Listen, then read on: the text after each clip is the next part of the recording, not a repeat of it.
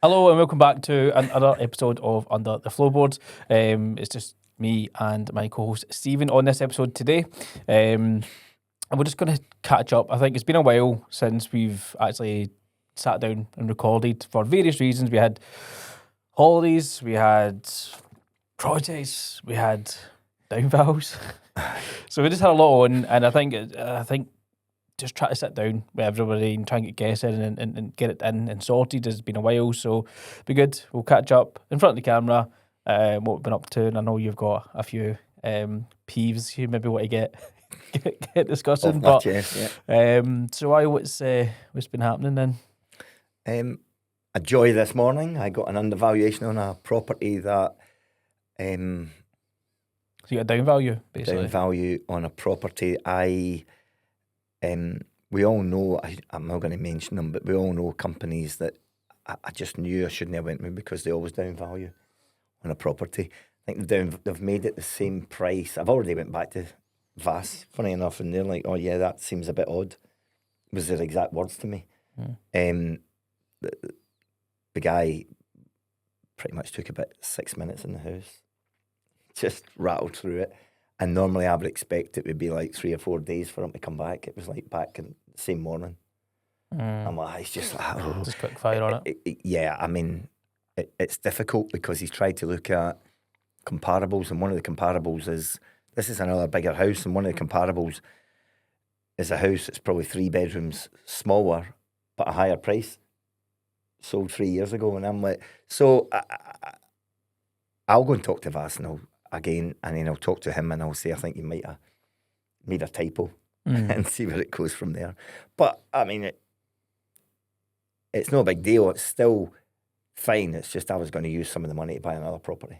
I just have to get it from another one somewhere else. Still gets it going. Still gets it going anyway. But it's just, I suppose it's the way of it. And I suppose my lesson learned would be, for anybody who's experienced with these companies, some of them always down value, and some of them are like 700 quid to value, some are 800, some are 5. So what was the reason you went with them then, if you kind of knew? It was time. They could do it. They says, oh, we can do it next week. Right, okay. They actually weren't even the cheapest. They says, we can do it next week. I should have went with the one that I was aware of that just gave a realistic value than that, but that's a bit of a pisser, but it'll be fixed by today. I am sure of it. When VAS are on the case now, that it's strange for them. I spoke to the guy. It's strange for them to say that seems odd. We'll look into it right now. I've been doing that, and then I'm all digitaled out, mate. I am like the funnel king. You can call it that. That's probably something Branson in it. What's his name? Can't remember. The Branson guy who does all the automations and funnels and.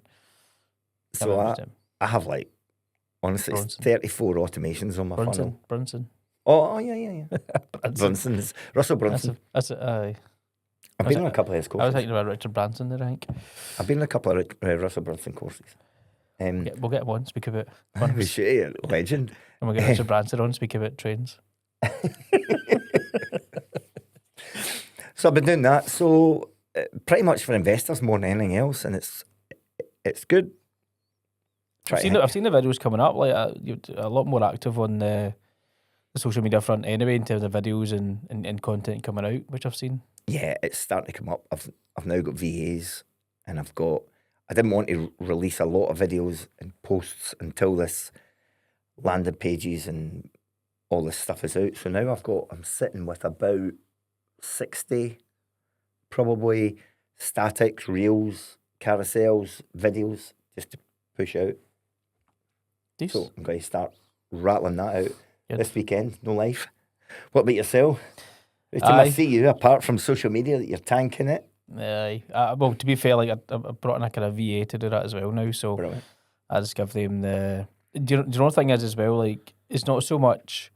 Like sometimes you can get that. I'm not going to call it a creative block, but you just don't know what. Like there's so much you can post. You just don't know what to post. And I know people go, "Oh well, you could just post what you done yesterday." And you go, "I bet that's can be repetitive at times." And so anyway, for me, it's not so much traction in terms of like growing followers and yeah, that's good and the kind of reach and everything else. you want that to happen. That's not the main thing behind it. For me, the main thing behind it was just time. So can you take a little bit of time off of me and go and do the posting? Can you do the creatives behind it? Yeah. So I'll still give them the raw content, Yeah, and they'll go and create the videos, and they'll create, and they're good at it.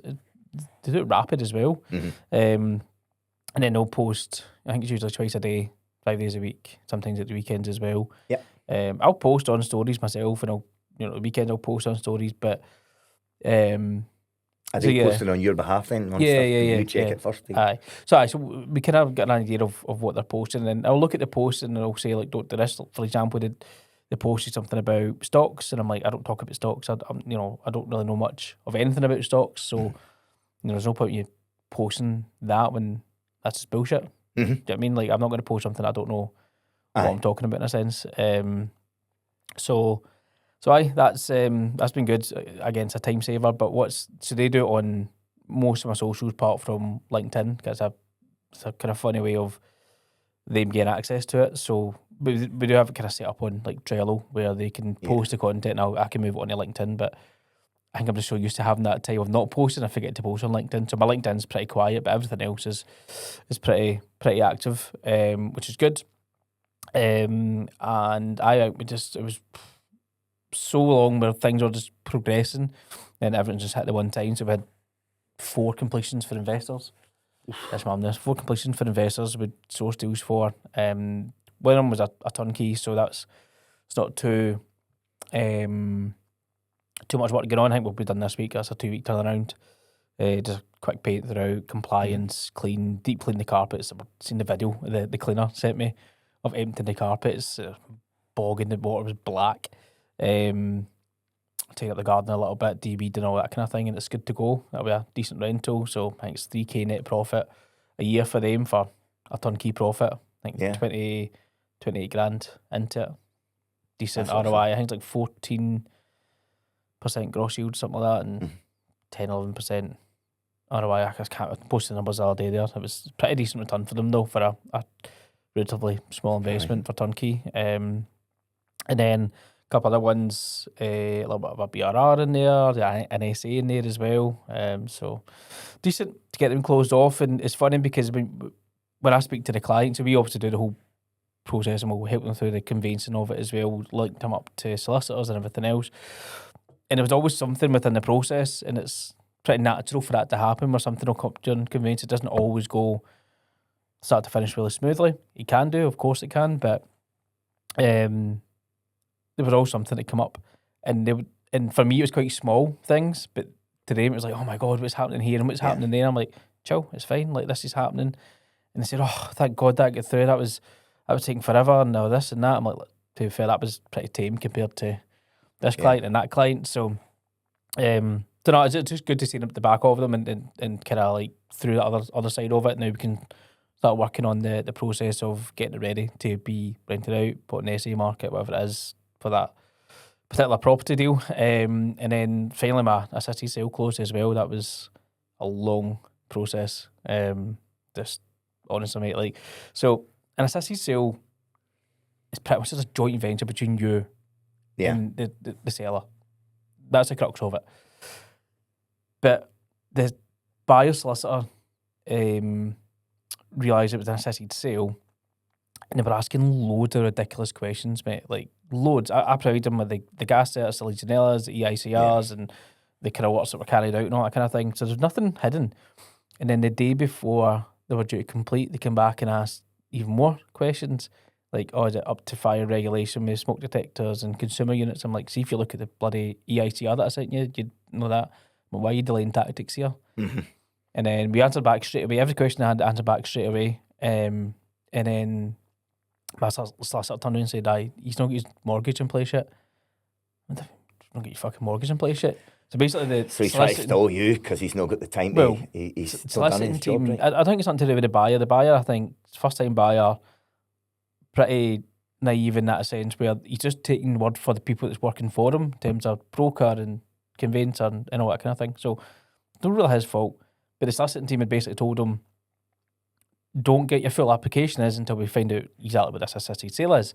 we gave them all the information. There was nothing hidden. Yeah. So I can't remember the exact date. So say it was like 14th of July. They asked the question. We came back on the 14th of July with all the answers. So there was no delay. Then, right, cool, we'll close on this date. But what they never done was said, all right, we've got all the answers we need, go and get your full application in. And they let us sit. So they told us they would close on to the 8th of, August, whatever it was. 8th of August. Came to the 8th of August, never closed. Phoned them up the next day. He's like, oh, no, put my full application in yet. I'm waiting to hear back from the solicitors. And it changed case handling that time as well, so that just caused further delays. And I'm like, what the fuck's going on? See, the problem is, right? See, some of the solicitors are inexperienced in assisted sale, and they get a bit nervous about it, and they don't really know it. They don't know it because it's a terminology and jargon that they just don't. Ooh. Yeah. You know what I mean? Like, oh, what is this? It's not a standard sale. No, it's not. It's a joint venture between me and the seller. There's a contract in place. Everybody's protected. It's not a distressed sale. There's nothing wrong with the whole process. And then the buyer, let me set another date, came to concluding, couldn't close, didn't have paperwork. Set a third date, I had to delay it to the Friday, and then eventually closed. I'm like, fucking hell. Just a long, drawn-out process. But it was good, like, pretty decent numbers on it as well. That was fully investor funded. So they were sitting with money in the bank, and I mean, I need to put it to some use. I've got a project there, why don't we put it to that? We give you a return on it. So it was quite good to pay them back with a return on it. I think I said to them, it was a 7-month investment and paid them back 2 months earlier, something like that. That was decent. Right. I like that. The lead came from a referral on Facebook. Somebody basically passes on to it, so they get paid. There'll be a referral in there for them, £1,200. It was for passing on details more than anything else. And obviously we made the profit from it. The trades made money from it. The buyer got a new, walking condition property, but everything's brand spanking new. So, and the seller got exactly what they wanted in terms of price wise, paid off the mortgage, got some profit, and got 50% of the price above home report. So everybody's a winner in this situation, which is good. That's why I like assisted sales. So that's good. Kicking on with the flip we've got on in Livy as well. So ended up putting in new windows and doors on the outside, which is fun. With a wee investor open day as well, or investor open day. It's a kind of open day where I enjoy them. Those kind of days we can come along, you see somebody's project, especially if you're very new to it. You're like seeing something stripped back, emptied, pipes exposed and everything else. You're like, fuck, what is this? You might get into projects and not actually realise how much of a state it can be. So I like going to the projects. I like inviting people into them as well to see what it's like, and then I'll invite people back at the very end to say this is what it looks like finished, so you can see how it goes, trust the process, and this is the kind of end result. So that's going good. We had a budget of 20-25 for that. Ideally I wanted it in 20, but we've just came across a few things that we need to kind of change on it, so we'll probably reach more to the 25 region. But I've my claim to fame, here we go. When I was getting one of the HMO licenses, Angus Council, I was in there you go, famous. I was in I don't know if you've seen this, I was in the newspaper, my picture, all this.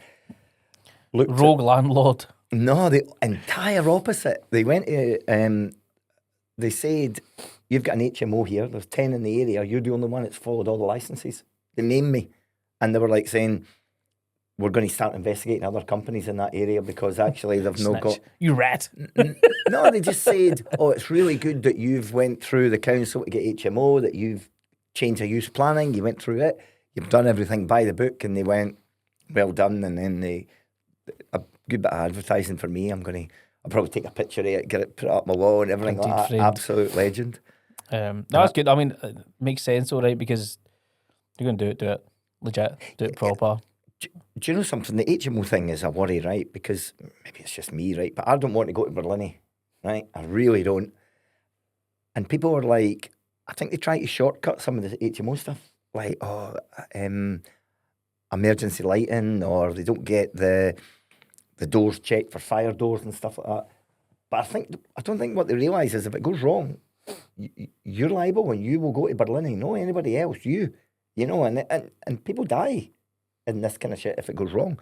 And I think people are just like, it's not a big deal, I'll just put a couple of fire checkers in and they'll be be done. But it's key. So I've been doing that. Also, the churning along is the Mears. I've got a 14-bed Mears. It was 15, it's now 14 bed. I've had to change because of the size of one of the rooms, which is the churning along period in the northeast. It's just, chugging along in the background. It's not a speedy process, but that's been an investor. Is that not the one where like they kind of, they'll give you a list of snags, go and fix all the snags. Then they'll give you a new list of snags, go and fix all the snags. Then a new list, like, just give me the fucking full list of what you want and I'll go and do it. Rather than get maybe drip feeding information. That's what I'm doing. So I fixed the first set, and actually on the second set is when they went and they said, we've got new regulations in, and that single bedroom is, I think it was 12 centimetres short. So we can't make it a bedroom anymore. And it wasn't small. It had a cupboard in it. I had a TV in it, a cupboard TV, set of drawers, single bed, another cupboard to the side, and they were like, it's too short. And I was like, no problems. I'll just make it a cupboard. It's just, I could have smashed it through. I could have done all sorts of stuff, but then I'm getting planning and all these other things. Yeah, just fill all the layers into it. So I just done that.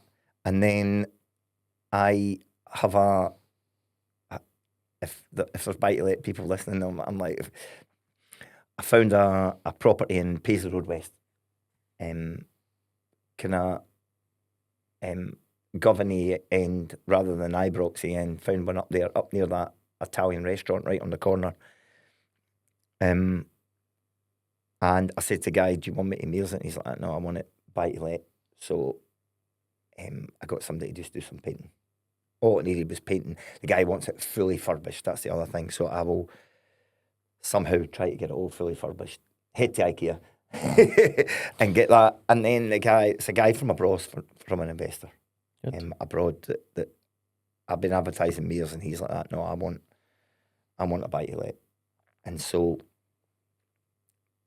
that's kind of keep me busy. Still alive and strong buy-to-let. Like, people always I think buy-to-let's been dead for the last.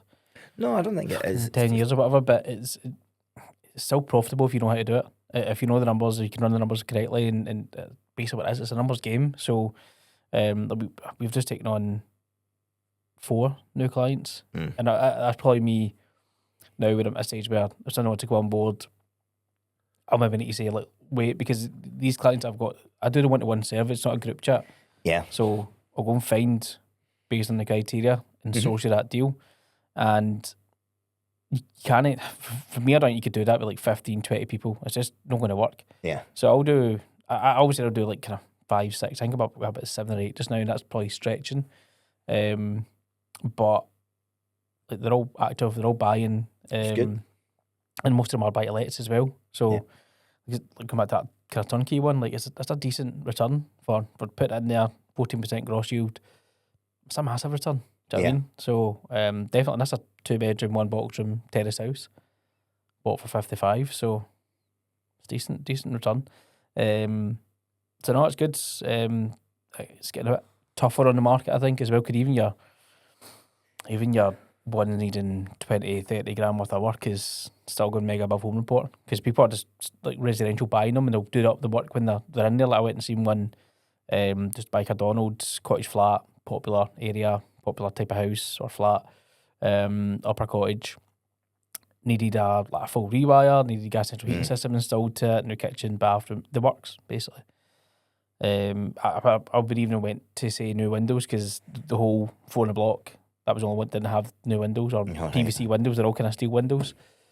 I'm like, you probably would go to doing that as well, just because. And like again, like maybe that's where I lose out. People go, you can get by, just like a paint, you'll get by. Yeah. Nah, like do it, like put something in there, like put decent stuff in it. Do you know what I mean? Totally. So I went and seen it, and it's went above closing date above home report. I'm like, fair enough. Somebody's buying that, and they've wanted to do the work and living it themselves. Fair enough, but certainly as a kind of buy-to-let investment, I think it's a bit tougher on the market. But there's still deals there. Like I'm saying that, and then in contrast, the last 3 we've done were all on market. So yeah. I mean, I've got investors I haven't backed to, and they're like, I want to give you 30 grand, and I want you to sort a mortgage for me. I want you to refurb it, and I want £1,200 a month. I'm like, I would rather just tell you straight, I'll have a look, but you're going to struggle to get that. Because your 30 grand means that I have to find a 30 grand house for you or flat for you. And that's a 4-bed. So I need to find, so just to be clear here, I need to find a 4-bed for 30 grand. And have you got money for all the other bits that come along with it? Solicitors? No, that's included in the 30 grand. All right, so we need to find a perfect house for 26 grand that's got 4 bedrooms that we can rent out. I'm like, that can be tricky. That could be. So I've kind of been pushing back on a couple of investors to kind of say, look, if you want this is what I can get you. But I just manage your expectations because the market is tight and people are like, I want instant money. The other thing that's probably troubling is that the thinking around meals at the moment, people in the UK are getting a little bit hostile and a little bit. You see it up and down. I think a lot more down south, like buildings getting targeted and all that as well, isn't it? But I don't know. I personally don't think it'll grow any strength. I don't think I don't want to get all political here, but I don't think Farage will get in, right? I don't think so, and I don't think that the government are going to suddenly turn these things and say, "Oh, we've made a mistake." And morally and ethically, we shouldn't be doing that anyway. These are people with difficulties and problems, and we're just like, we don't care. We're throwing them away. The government just needs to deal with it separately, but I don't think it'll be a problem. So I've been doing that. I've been really busy. I'm going to put one plug in I've been using this app called Motion AI. Right? Desktop. I live by it. With my whole, I need to do 50 things a day. Motion AI, I live by. So all you do is you just say, this is the work I'm doing, and these are the projects I'm working on. Like a refurb, for example, and it schedules all the work out for you. And then you do it, and if you move things and slip, it moves them automatically for you and guides your day. And it's plugged into my funnel, so it automatically pulls stuff out and goes, there's a time. Locks them in. Well, I was going to say, it is going to be a short episode for this one, just with the guests we've got coming on.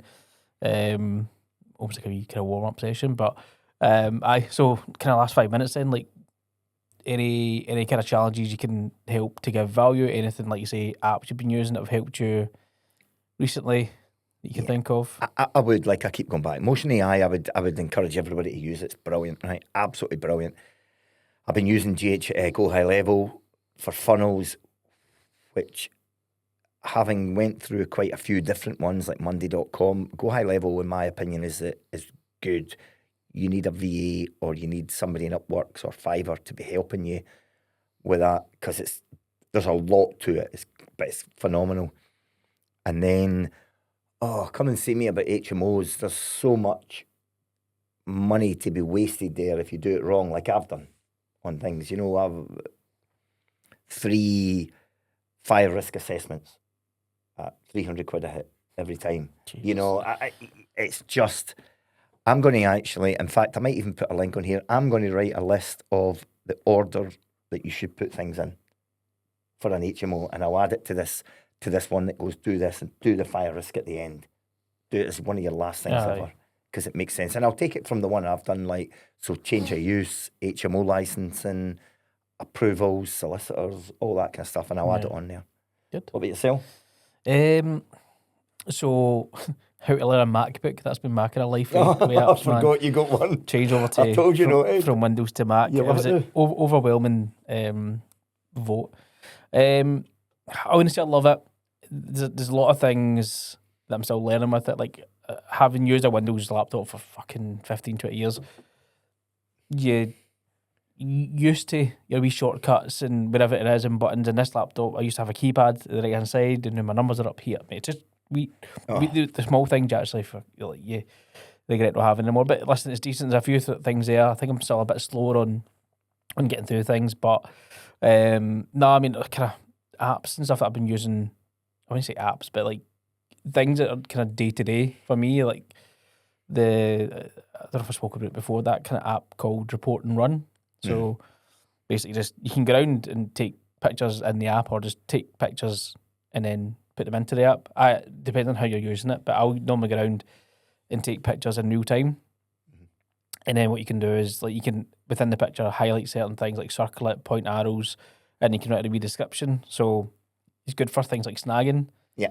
for the trades, or if you were to flip it, you could use it in things like, you know, you want to provide like a scope of work to somebody, and you want maybe some images to go with it.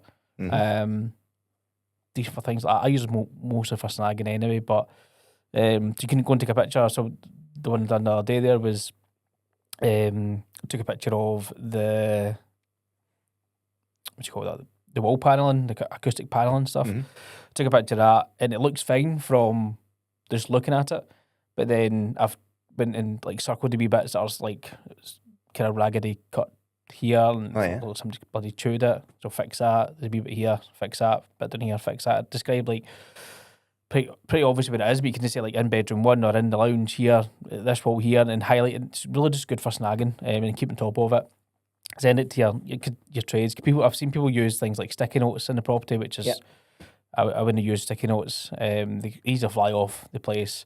Making a full list, but then not really realising. If you take a picture close up of a wall saying this been missed on this paint, and all the walls are white, and like, what wall is it? So it's just wee things to be more organised. Certainly using like Trello has some form of automations in it as well. Not a lot, but like I've started setting up things where if you're renting the so if I'm looking at properties, for example, they all go on Trello, and I've got a kind of robust kind of system where I get the information for the property. It's all the same information I fill out, but I used to like copy and paste it, and then make a blank template and all that. But now I've just got an automation where I click the button and it gives me all the stuff. I just fill it in. That's pretty cool. And then if to help move it along, so like I got a button that says under offer, so I'll move it to under offers column, and then set up a follow up date for X amount of weeks after. When I've set it to that, so then I can go back and follow up to see has it fallen through and all that kind of stuff. So it's pretty cool. And what was the other one I was using? I've started looking at kind of go high level stuff as well for more automations coming through. But signable is a big one as well. Kind of day to day, like really good if you're signing up obviously contracts for clients. I was doing the 1-to-1 we do the whole AML checks, and we use Verify for that as well. But then using signables, you can set up a contract, don't have to be in person to do it and stuff as well. So but it's a bit dearer, I think. Same thing really. And you set up a document, you can get them to sign it digitally and set a date and all that. So it's pretty handy. So kind of time savers that kind of way. I've been using I've created another because I'm AI obsessed. An AI agent that I created on Thursday last week. And what it does is it's checking for people that, again, this is a different one. It checks for people who maybe own 20 properties, looks in company's house, finds out if they suddenly for the next year have only got 12, which means they've sold some. Then it looks up what properties are good, looks up comparables, and then emails them and says, I notice you're selling properties. Are you interested in selling any more? And it sends me a report. I would say that the first report I got, I probably made the bracket too small of if there's a 10% or 20% profit on this, email me. And I got tons of them, like hundreds. I'm like, all right, maybe I need to shorten that out. So I've been AI agent. I started looking at the one where you can like data scrape. So I'm struggling my way around it, but theory behind it would be find owners in the postcode who've got mold. And I heard it on, I forget his name now, but I heard it on a podcast and I thought it's a cracking idea. But like finding people in that postcode, say it was like Brevshire, for example, or Glasgow, like somewhere local to you in Glasgow, not just Glasgow, because you've got hunters, but then checking like who owns more than 6. Yeah. And then, like you're saying, finding like kind of valuations, comps, and everything else through that to then say, email them and say, look, we could buy your portfolio for X, so you look to sell. And if it's all automated, like you can get thousands. Yeah. It only takes maybe a couple of them and you're buying in the portfolio section. I've got that with Company's House and I have to connect in on API to Company's House. But it's hard. Can I tell you what the problem is right now with API? Because I have like these scrapes, tons of them, right? And I've got stuff that comes in and gives me reports on how other property, like big companies are doing in the UK and what the government are doing with property and blah, blah, blah, and reports. But my problem is I know we're all like AI obsessed, or at least I am on it.